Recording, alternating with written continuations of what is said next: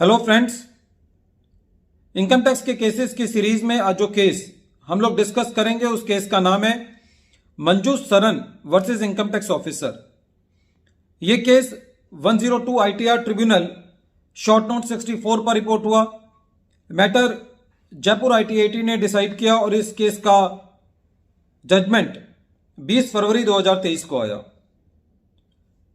इस केस के अंदर एसएससी को अपना टैक्स ऑडिट कराना था, लेकिन एसएससी का कंप्यूटर लास्ट मोमेंट पर क्रैश हो गया। एसएससी को 3 महीने लगे अपने सारी अकाउंटिंग को दोबारा करने में, और एसएससी ने सारी अकाउंटिंग दोबारा करने के बाद अपनी बैलेंस शीट, अपना टैक्स ऑडिट जो है वो फाइल किया। जब एसएससी ने अपना टैक्स ऑडिट फाइल किया तो ये टैक्स ऑडिट एसएससी ने डिपार्टमेंट से कोई नोटिस इशू होने से पहले ही अपना कंप्लायंस कर दिया था। एसएससी का केस स्क्रूटनी के लिए पिक हुआ। एसएससी की पूरी स्क्रूटनी कर दी गई और स्क्रूटनी के दौरान कोई भी ऑडिट के अंदर कोई भी डिफेक्ट, किसी तरीके का डिफेक्ट नहीं पाया गया। जब असेसमेंट कंप्लीट हो गई तो एसएससी के ऊपर सेक्शन 271B, जो कि ये कहता है कि यदि एसएससी ने अपना टैक्स ऑडिट टाइम पे नहीं कराया तो उसके ऊपर जो भी सेक्शन 271B के अंदर पेनल्टी प्रेस्क्राइब है वो एसएससी के ऊपर लगाई जाएगी। असेसिंग ऑफिसर के सामने एसएससी ने अपनी प्ली रखी कि एसएससी का कंप्यूटर क्रैश हो गया था, उसके एविडेंस दिखाए, और एसएससी को 3 महीने लगे अपने अकाउंट्स को अपडेट करने के लिए और अपना टैक्स ऑडिट कराने के लिए। लेकिन जो एसएससी का पॉइंट था वो ये था कि साहब, मैंने अपना जो टैक्स ऑडिट है वो बिना डिपार्टमेंट के नोटिस इशू किए बिना मैंने फाइल कर दिया है, इसलिए मेरे ऊपर पेनल्टी जो है वो नहीं लगाई जानी चाहिए। और एक रीजनेबल कॉज था, एक सेक्शन है 273B, जो कि ये कहता है कि यदि एसएससी रीजनेबल कॉज शो कर देता है उन पेनल्टीज के लिए जो कि सेक्शन 273B के अंदर प्रेस्क्राइब्ड है, तो असेसिंग ऑफिसर के पास ये अधिकार है कि वो उस पेनल्टी को छोड़ दे। लेकिन लर्नेड असेसिंग ऑफिसर ने एसएससी की बात से कन्विंस नहीं थे और उन्होंने सेक्शन 271B की पेनल्टी जो है वो एसएससी के ऊपर इंपोज कर दी। जब ये मैटर सीआईटी अपील के पास गया तो सीआईटी अपील ने भी एसएससी का ऑर्डर अपील रखा, असेसिंग ऑफिसर का ऑर्डर अपील रखा और पेनल्टी को सही ठहराया।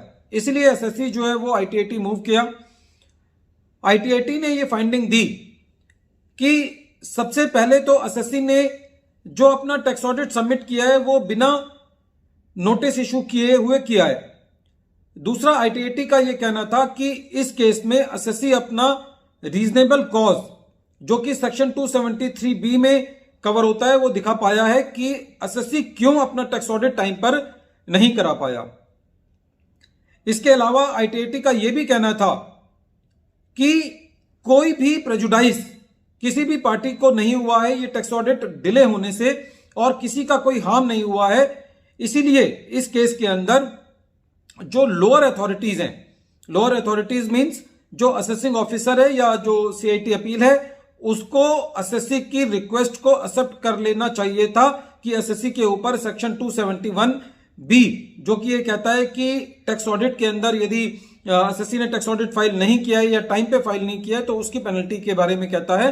तो ऐसी परिस्थिति के अंदर लोअर अथॉरिटीज को एसएससी का सबमिशन एक्सेप्ट कर लेना चाहिए था। तो फ्रेंड्स, इस केस से निष्कर्ष ये निकलता है कि यदि कोई रीजनेबल कॉज है एसएससी के पास तो टैक्स ऑडिट की पेनल्टी जो है वो ड्रॉप की जा सकती है। लेकिन इस तरीके के केसेस से हमें कोई एक ऐसी प्रैक्टिस नहीं बनानी चाहिए कि हम ऐसा कहें कि यदि हम टैक्स ऑडिट टाइम पे नहीं करा पाए और हम गलत रीजनिंग दे। एक्चुअल में हमारी ये सिचुएशन ना हो, we should avoid this practices. और यदि हमारे तथ्यों में सच्चाई है तभी जो है हमको वो प्ली लेना चाहिए, क्योंकि जब भी हम कोई ऐसा प्ली लेते हैं जिसका कोई हमारे पास आधार नहीं होता तो कहीं ना कहीं उसकी असलियत सामने आ जाती है। क्योंकि हो सकता है कि डिपार्टमेंट ऐसी परिस्थिति में पूछे कि जब आपका डाटा क्रैश हुआ तो आपने डाटा क्रैश को रिकवर करने के लिए कौन से स्टेप्स लिए, आपने किसी को मेल लिखा या नहीं लिखा। तो ये सारे जो परिस्थिति होगी, ये सर्कमस्टेंशियल एविडेंस बनेगा आपकी पेनल्टी से बचने के लिए।